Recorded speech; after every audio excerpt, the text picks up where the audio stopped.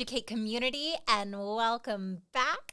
If it's your first time here, my name is Rebecca Simons, and this is the channel where we explore all things EdTech. Today, we're kicking off an exciting new series, taking a deep dive into the magic of Google Forms.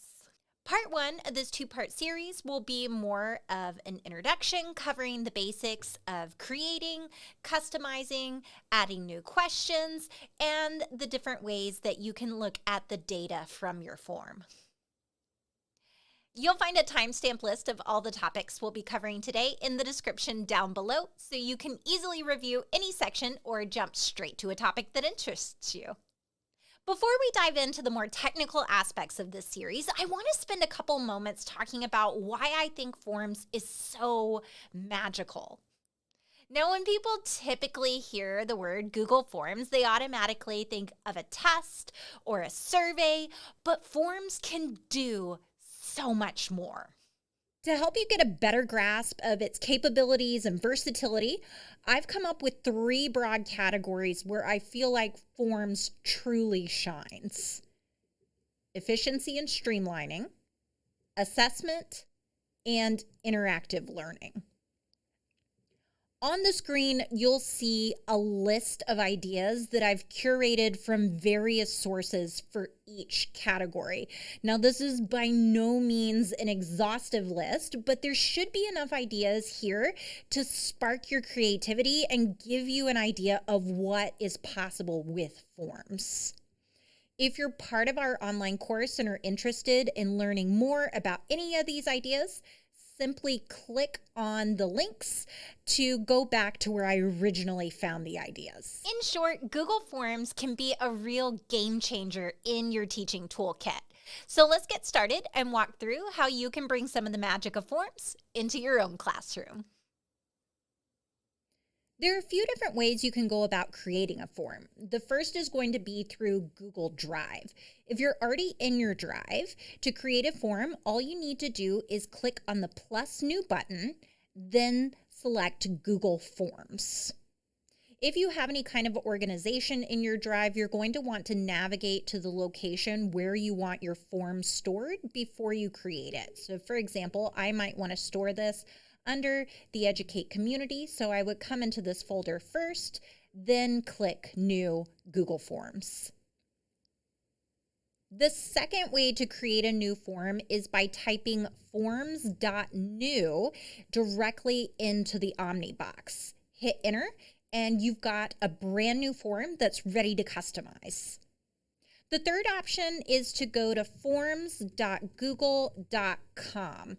From here, you can either start with a blank form or you can use one of Google's pre-created templates. This is at least going to give you a jumping off point, especially if you're creating something that's similar. Once you create your form, the first thing you're going to want to do is name it. I'm going to begin by selecting the text to the right of the form icon, and I'm simply going to type over it. So I'm going to call this Module 1 Forms. This name is how the file is going to be saved in my Drive. It's also going to auto-populate as the title of my form, but these names don't have to be the same. You also have the option to add a short description to your form directly under the title. For example, I might call this Demo for Module 1. The next thing I like to do is customize my settings. At the top of the form, you'll see 3 options: questions, responses, and settings. I'm going to click on settings, then we're going to start at the top and work our way down. The first setting you'll see is the toggle switch to turn your form into a quiz. I'm going to walk through all of these settings in detail during Module 2, but just remember for now that you'll always want to toggle this switch on if you want your form to assess whether answers are correct or not, or essentially auto-grade. Making your form into a quiz is also going to allow you to assign point values to your questions and give automatic feedback. So we're going to move on from make this a quiz for now, and we're going to jump into responses. This allows you to manage how responses are collected and protected.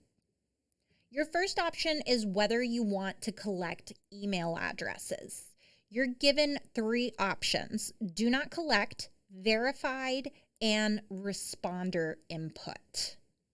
Do not collect is going to be a good option if you feel like you're going to receive more honest feedback if your form is anonymous or you don't need contact information. The verified email option means that anyone filling out the form is first going to be required to sign into Google. I love this option because it eliminates any kind of data entry errors, but you need to know in advance whether everyone filling out the form is going to have a Google account. If you're collecting emails from a mixed audience where you can't guarantee that everybody's going to have a Google account, you'll probably want to opt for responder input. Again, this allows people who don't have Google accounts to fill out your form, but the trade-off is you may end up with some data entry errors. The next option allows you to send responders a copy of their response. You can choose to always send a copy of the form or enable it so a copy will only be sent when it's requested. I love using this feature whenever I'm having people sign up for something so that participants get a confirmation receipt that they actually filled out the form. Just remember, this option is only available if you are collecting email addresses. The next option allows users to go in and change their responses after pressing submit. Now, whether you want to enable this setting is largely going to depend on how you're using your form.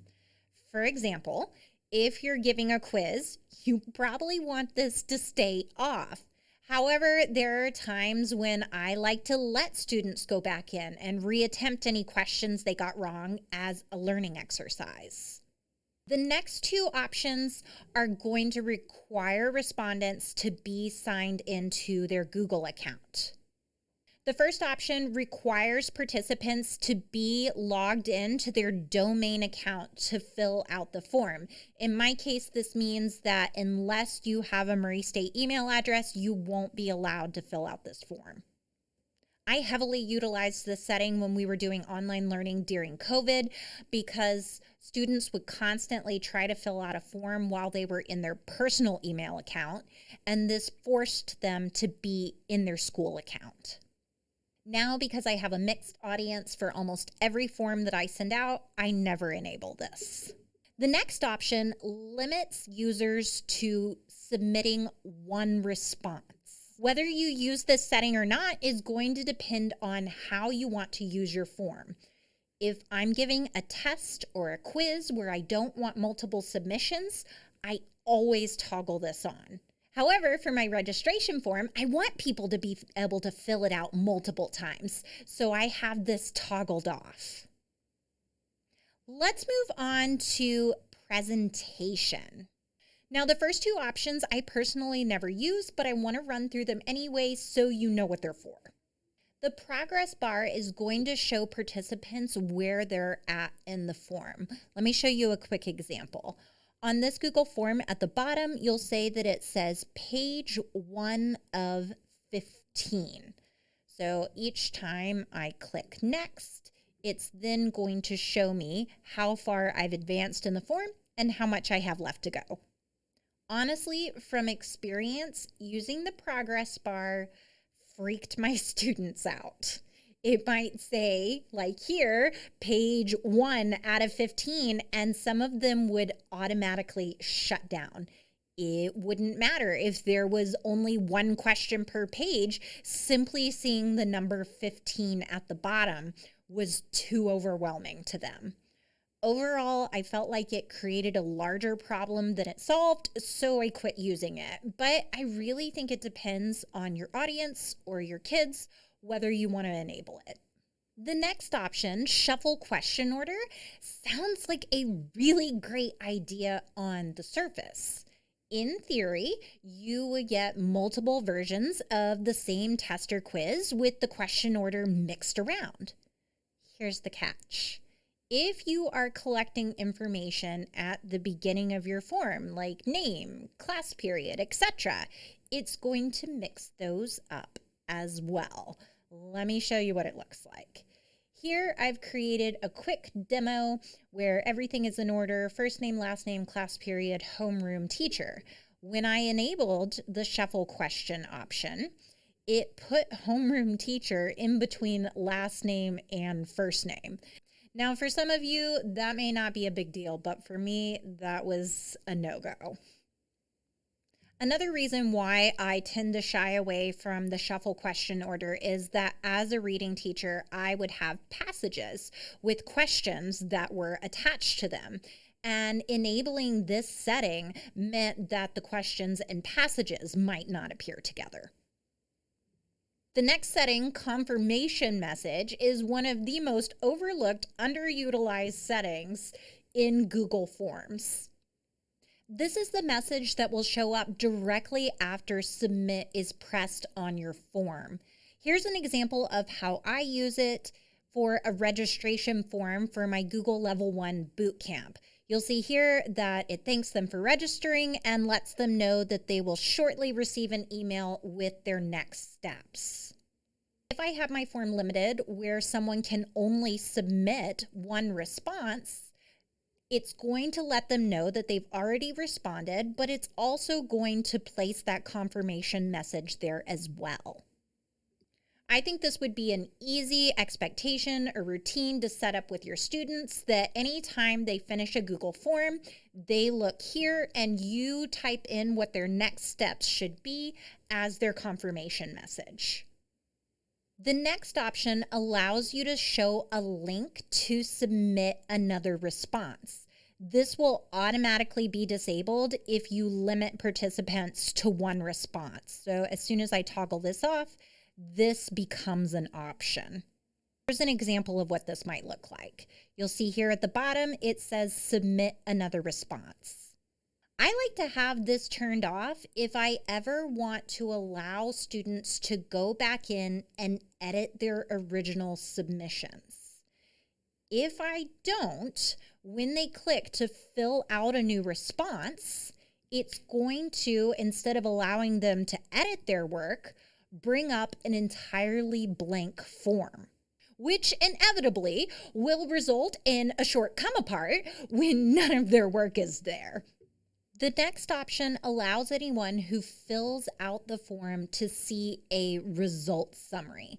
This could be useful if you were using your form for a data collection activity in class. For example, maybe you have your class vote on what reward to have for spelling perfect attendance. After they voted, anyone who filled out the form would be able to click on the results summary to see a summary of how the rest of the class voted as well. Here's a demo of what this might look like. After pressing submit at the bottom, a participant would be able to click on see previous responses. Word of caution though, there is no way to control which results participants see. So if you have any kind of confidential information or results that you don't want to allow everyone to have access to see, I would not enable this. The last option is disable autosave for all respondents. As you're filling out the Google form, it's automatically saving where you're at so that you could come back in at another time and finish filling out the form. If you enable this setting, this means that anytime someone closes out of their browser or refreshes their browser, that they will lose all of their information in their form. Next up are defaults. These settings will not only be applied to your current form, but also all new forms you create. You can choose whether to collect email addresses and whether to make questions required. When I was teaching, I always made verified email my default because 99% of the forms I was creating were for my students. Now, because my forms go out to a wider audience, I always choose responder input for email, which allows anyone, whether they have a Google account or not, to fill out the form. The next default is my best friend because it allows you to make questions required. If this default is unchecked, you have to manually go through and make each question required manually within your form. I personally find it faster to turn off the required setting for the 1 or 2 questions I may not need it for versus trying to keep track of whether I turned it on for all of my questions or not. More often than not, I want students or participants to be required to fill out a question.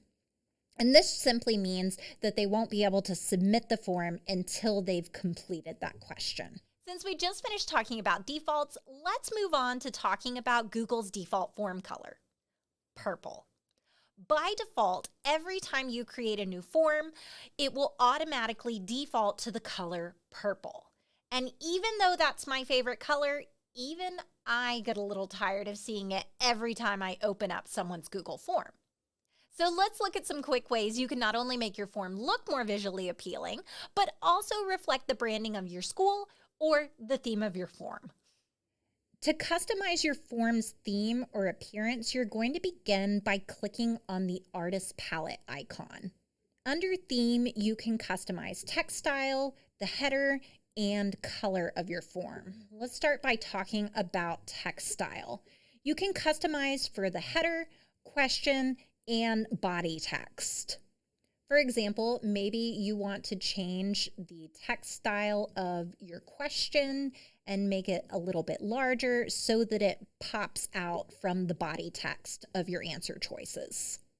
You can also click More Fonts to access all of Google's available fonts. Simply click on any font you want to include in your drop-down list and say OK. Now, Google Forms doesn't have the traditional rich text formatting options, but any font that has an arrow out to the right is going to have additional style options that you can choose from. For example, if I wanted to make my questions bold, I could simply hover over the text and come down and choose the bold font style. Next, let's talk about how to add a header image. Personally, I feel like adding a custom header is one of the quickest ways to make a significant impact on the overall look of your form. To add a header, simply click Choose Image. You can choose from one of Google's many pre-created headers, which are organized by topic, or you can click Upload to bring in a custom header. I like to design all of my header images in Canva, but you could easily design them in Google Slides, Drawings, or any other kind of design platform. No matter what platform you're using, you should set your canvas size to 1600 by 400 pixels. I have found that this is simply the magic number. It is perfect for creating custom headers for Google Classroom, Google Forms, Google Sites, you name it. When you're finished designing, all you need to do is download your design as a PNG or JPEG. So in Canva, I'm going to simply click Share, Download. I'm going to select my download type as PNG. Then I'm going to select which slide I want to download. Now you might have noticed I have 133 pages in here, and that's because I like to keep all of my header designs in one file. Now that our header's finished downloading, I'm simply going to click Browse, find it in my downloads, and click Done. Next, let's talk about color. You might have noticed when I brought in my header that Google Forms automatically changed the background color from purple to gray. What's happening is Google is automatically identifying colors in my header and providing them as suggestions. However, if I don't like any of these, I can choose a custom color by clicking on the plus icon. The easiest way to get a custom color is by using the hex code, but you could always click and drag to select a color as well. For each accent color, you're going to be provided with 4 background options. And as you choose a different accent color, your background choices are going to change. Now that our form looks fantastic, it's time to start adding questions. There are 11 different question types in Google Forms, and each has its own purpose. Knowing the purposes of the different questions and when you might want to use them will help you to improve the functionality of your form. When you create a new form, you will automatically start with one question. Anything else that you plan on adding to your form can be found under this Insert menu. To add a new question, you're simply going to click the plus icon on the Insert menu. Your question is going to appear directly under whatever is currently selected. You'll be able to tell what's selected by where the blue colored strip is on the left side of your form. For example, if I were to insert a new question now, it would go right under my title. If I wanted it to go under my current question, I would need to have that question selected. Each time you add a new question, Forms is always going to default to multiple choice. However, if you start typing in the question field, Forms is going to give its best guess as to what question type you really want. For example, if I put here last name, it automatically switches to short answer. To change the question type, all you have to do is click on the question type dropdown and select from one of the available options. We're going to explore all 11 different types of questions and their purpose, starting at the top and working our way down. Forms has grouped the question types based on their common uses.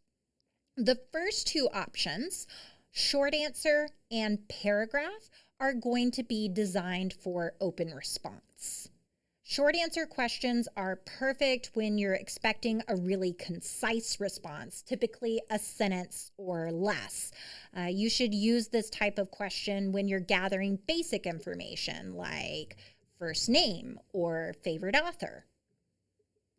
Paragraph responses will give your respondents more room to elaborate and is best for open-ended questions or reflective prompts. For example, what have you enjoyed the most about this course?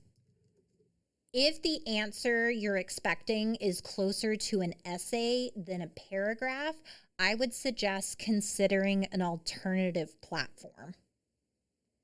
Next up, we have question types that provide respondents with options to choose from. These are going to be multiple choice, checkboxes, and drop-down questions. Multiple choice is one of the most common question types. Think of it as your ABCD questions. You'll want to use this question type when you want respondents to only select one option. For example, I might ask, do you like using Forms? Forms is automatically detected that this most likely is going to be a multiple choice question, and it's even given me suggestions for my responses. If I like these, I can simply click Add All.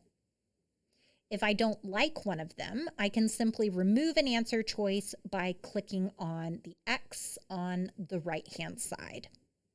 The drop-down list is similar to multiple choice in that it's going to force responders to choose one option, but this is a better question type if you have a long list for people to choose from. Drop-downs are going to help remove visual clutter, and they're also going to decrease the length of your form. Let me show you an example. While initially it looks like it might not make our form shorter, let me show you what it looks like when we preview our form. Here I've included the exact same question as a multiple choice question and as a drop-down. You can see the amount of space that one takes up versus the other. Next up are checkboxes. This question type is ideal when you want to allow responders to select multiple answer choices, like pick your top two or select all that apply scenarios. As an example, I might ask students, what reward do you want for perfect attendance? I could then list all of the options and students would be able to select their top 2 choices. Next, we have file upload.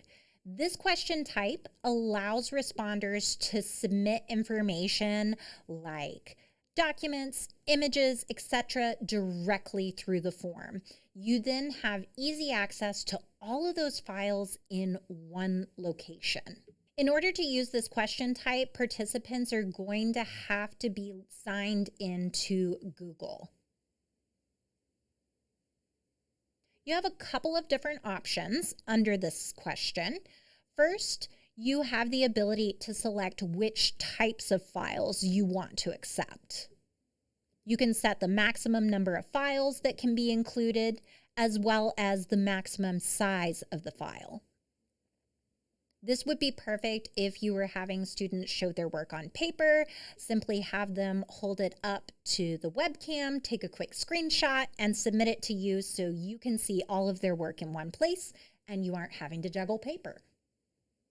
A common issue that people run into the first time they use this type of question is this setting right down here. This form can accept up to 1 gigabyte of files. As soon as your form hits this threshold, it's not going to accept any more submissions. However, this is a quick fix. Simply click on Change. I like to change it to the highest size limit, which is 1 terabyte, so I never have to worry about it for that form again. Next up are question types designed for rating or ranking responses: linear scale, multiple choice grid, and checkbox grid. The linear scale is perfect for feedback forms or surveys. When I was teaching, I used it to have my students rate their confidence or understanding of a topic. You can customize the range of your scale as well as add labels for your descriptors. For example, you might say 1 is I need this retaught and 3 is I could teach somebody else. The next question type is multiple choice grid.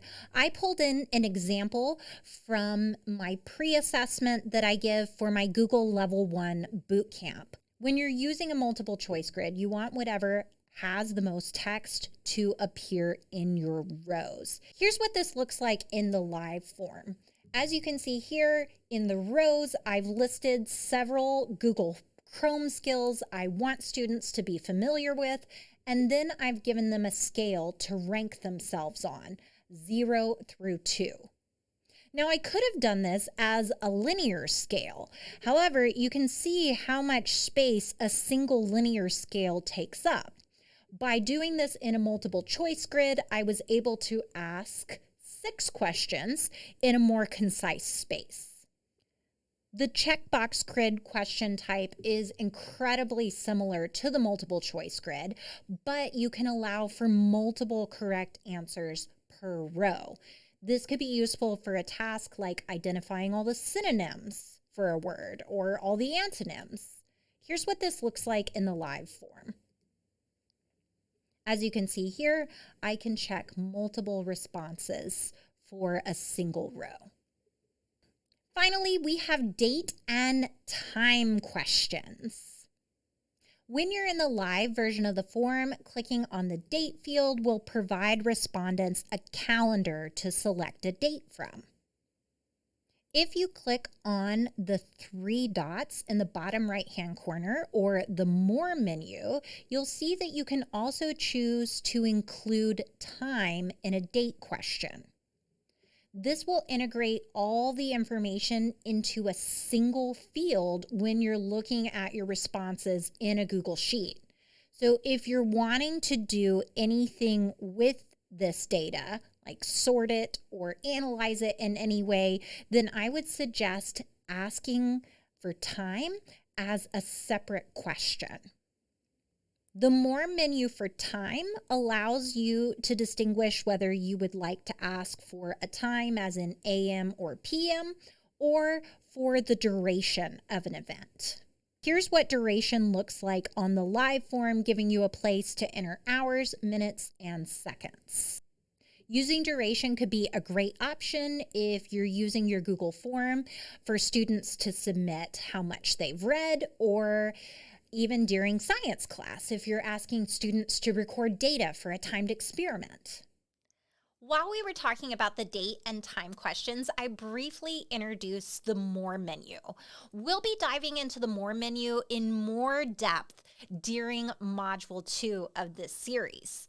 Each question type has additional options that can be found under the More menu, and I decided to break this out and cover it under Module 2 because several of the options under the More menu fall under advanced topics for Google Forms. Once you start adding content to your form, you may find that you want to make some edits. Luckily, Forms makes this process incredibly intuitive and easy.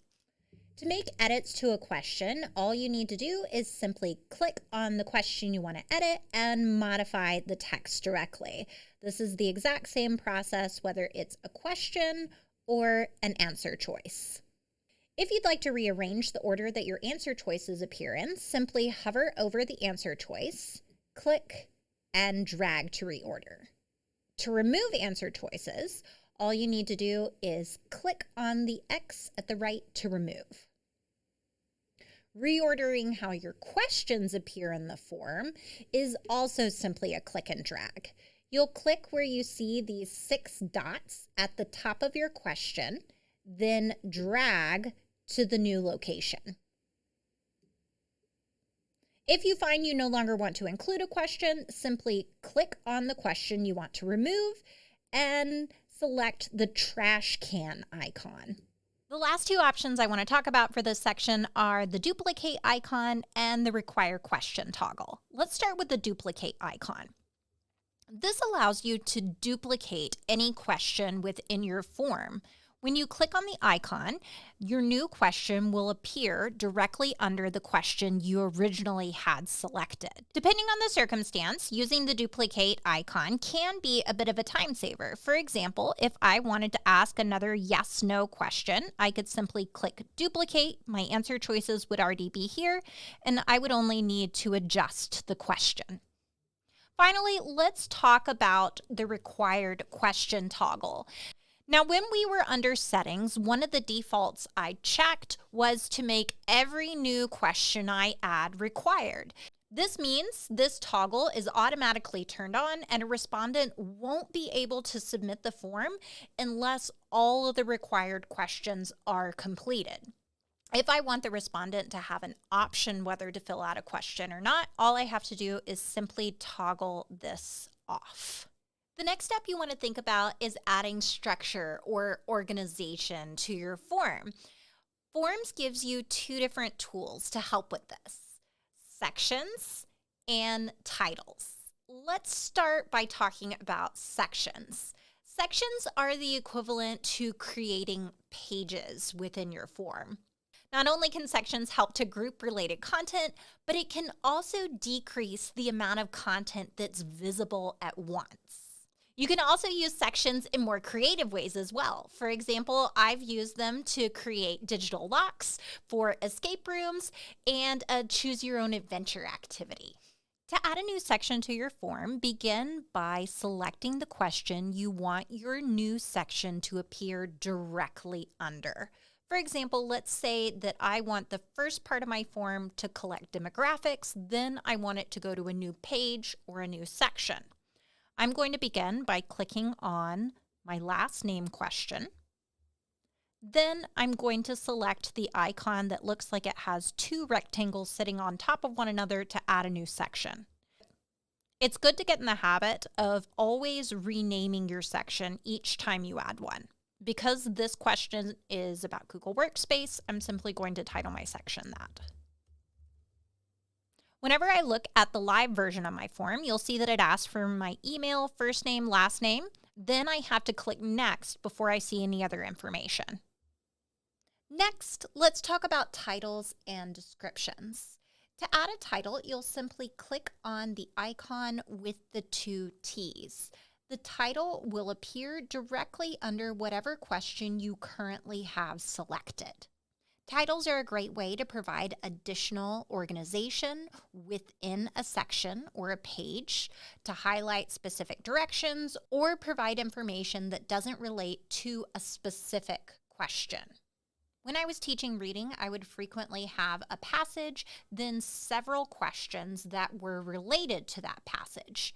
In front of all this content, I would use a title to let students know that they were going to use that passage for multiple questions. It might read something like this: please read this passage, then use the text to answer all of the following questions.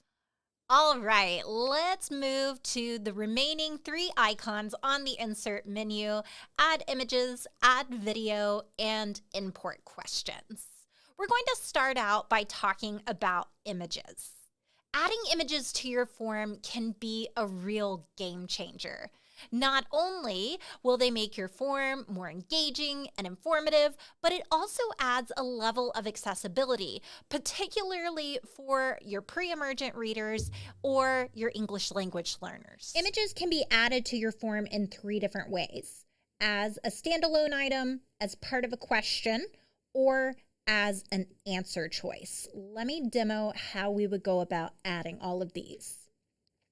To add an image to the main body of your form, you're simply going to click on the Add Image icon in the Insert menu.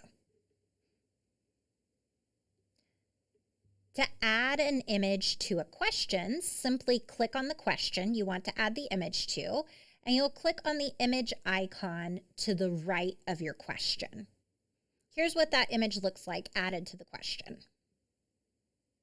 Finally, you can add an image to an answer choice. Maybe this question is, what is your favorite animal? And our answer options are cat and dog. Simply click on the image icon next to your answer choice and bring in an image that relates to your answer choice.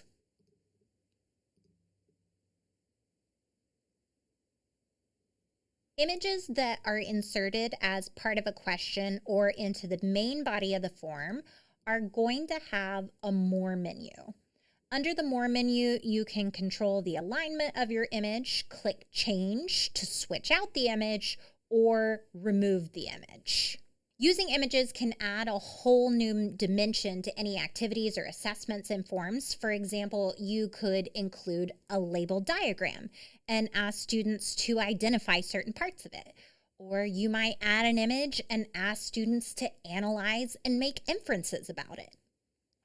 As an ELA teacher, I frequently would add images of task cards or excerpts from text, and then I would ask questions about the text directly underneath.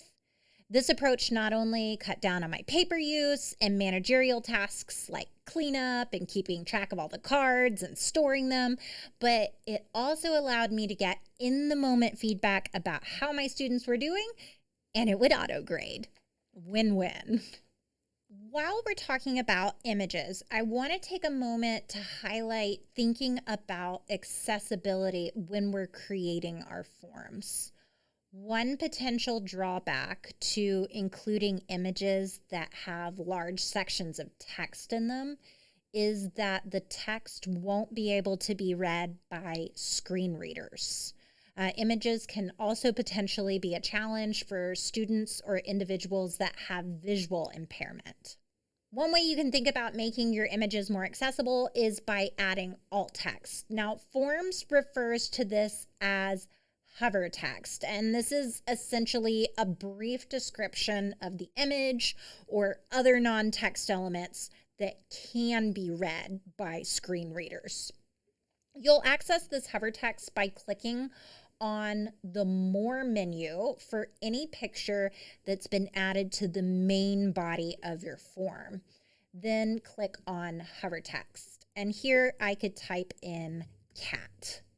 When my form is live and I hover my cursor over my image, you'll see that the word cat appears. If you have an image that was added under a question, hover text isn't going to be an option. However, if you click the More menu for the image, you'll have an option that says Add a caption. Images that are paired with answer choices do not have an option for hover text or a caption, but you could add text in the answer choice space. As a rule of thumb, if your image is there purely for aesthetics or it doesn't provide information, you can leave the hover text or the caption empty. At the end of the day, our goal as educators is to create learning experiences that are accessible to all of our students. Next is the video icon, and this is going to allow you to embed YouTube videos directly into your form. This is incredibly useful because it means that your students aren't going to have to go to a separate tab to access the content. I love embedding videos in a form for doing stations, flipped classroom, blended learning, or even simply if I want to provide auditory directions. The possibilities with using videos are endless. You can add a video by searching for it, or if you have the URL, you can simply paste in the URL. I'm going to add the video for our Google Classroom banner make and take. Remember, it's the exact same size as a header you might create for a Google form. All I'm going to do is click, say select, and it's automatically going to insert it in my form. You'll notice that you also have a More menu for your video, which is going to allow you to control your alignment, switch out your video, or remove it. The last icon in this insert menu is import questions. This feature allows you to import questions from an existing form. It's a real time saver if you find you're using the same questions across multiple forms or quizzes. For example, when I was teaching on every single form, I asked for my students' first name, last name, and class period. I could simply click on this icon, import those 3 questions instead of having to recreate them for every form. Let me demo how it works. I want to begin by looking for the form that I want. Then all I have to do is click the questions I want to bring over and say import. When I was teaching during COVID, I had a weekly SEL check-in form, and I always liked to include some kind of a fun question, like a would you rather or a this or that, but it became kind of tedious to think of one every week. So one afternoon, I just created an entire bank of these types of questions. Then each week, I would click on the import tool and select a new question to pull in from the bank. Just like the other Google Workspace tools, Forms allows for seamless collaboration, making it easy to co-create forms. To add a collaborator to your form, you're simply going to begin by clicking on the 3 dots or the More menu in the upper right corner and select Add Collaborators. Type in the email addresses of the people you want to grant access to. Now, unlike many of the other Google products, you can only add people to your form as an editor. Forms doesn't have the access level of a viewer or commenter. Any changes that are made by collaborators are going to be saved and applied in real time. It's also important to note that there is no version history for forms, so you can't go back and see who made the changes or revert to a previous version of your form. However, as a form owner, there are a couple of restrictions that we can add. The first restriction you can add is located under this settings gear. The first checkbox here allows editors to change permissions and to share. If you unselect this, then only you as the owner of the form will have the ability to share the form with others. The other type of restriction you can add is if you click on the editor dropdown, you'll see the option to add expiration. An expiration date means that whoever you've shared it with will no longer have editing privileges after this date has passed. At this stage, we've created a form, filled it with questions, fine-tuned its organization, and now we're ready to step into the shoes of somebody filling out the form and make sure that everything's working the way it's supposed to. This is where the preview feature comes in handy. You've probably seen me click on it multiple times throughout this module already, but all you have to do to see your form as a viewer is click on the eye icon. I recommend going through the entire form in this mode and attempting to answer all of the questions to make sure you've worked out any kinks. Once you're happy with how everything looks, you're ready to send it out. Forms offers a number of options for sending out or sharing your form. Each one has different benefits depending on your needs. To access all of your sharing options, simply click the Send button. In the pop-up window, you can choose to share your form via email, a link, embed code, or on social media. Sharing a form via email is best if you are sharing your form with a specific group or an individual. To add multiple emails, simply separate them with a comma. You can then customize the subject line and the message that you send with the form. The second option is the Link tab. This is going to give you a shareable link. You can also click Shorten Link for a shorter version of this URL.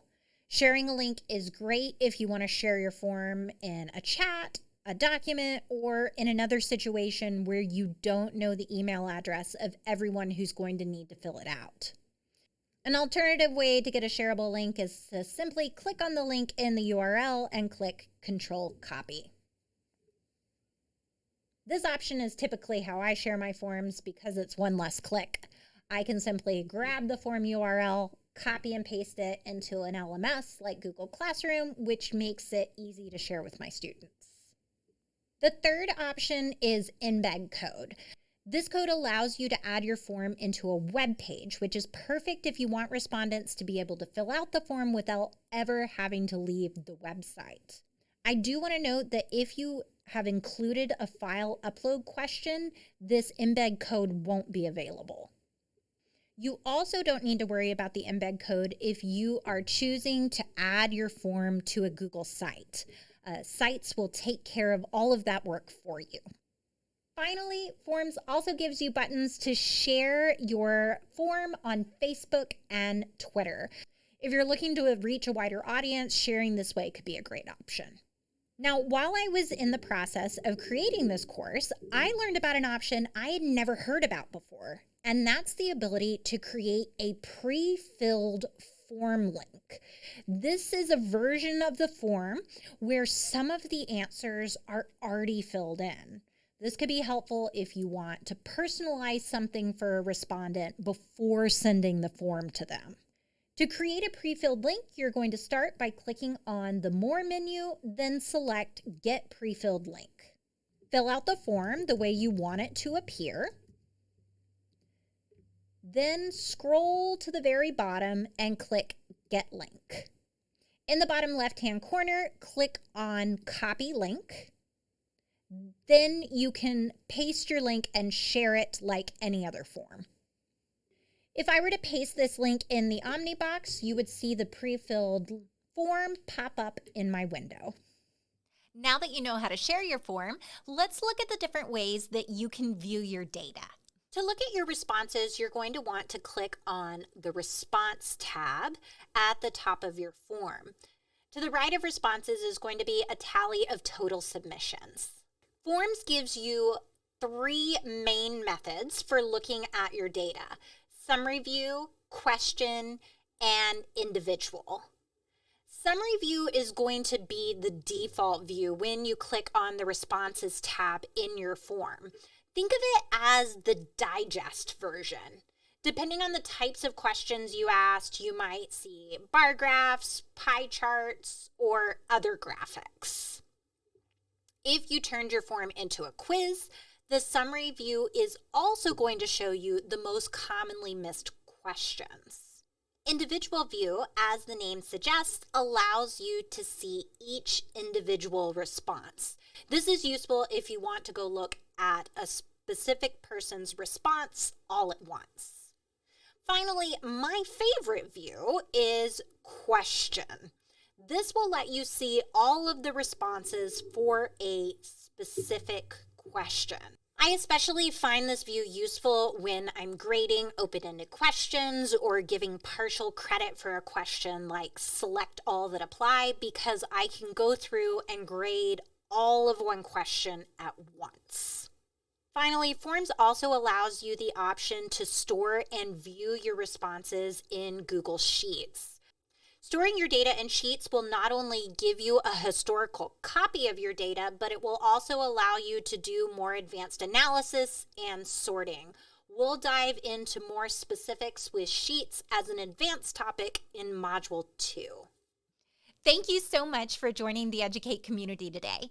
If you are interested in more advanced tutorials on Google Forms, be sure to check out Module 2, which will be linked in the description down below.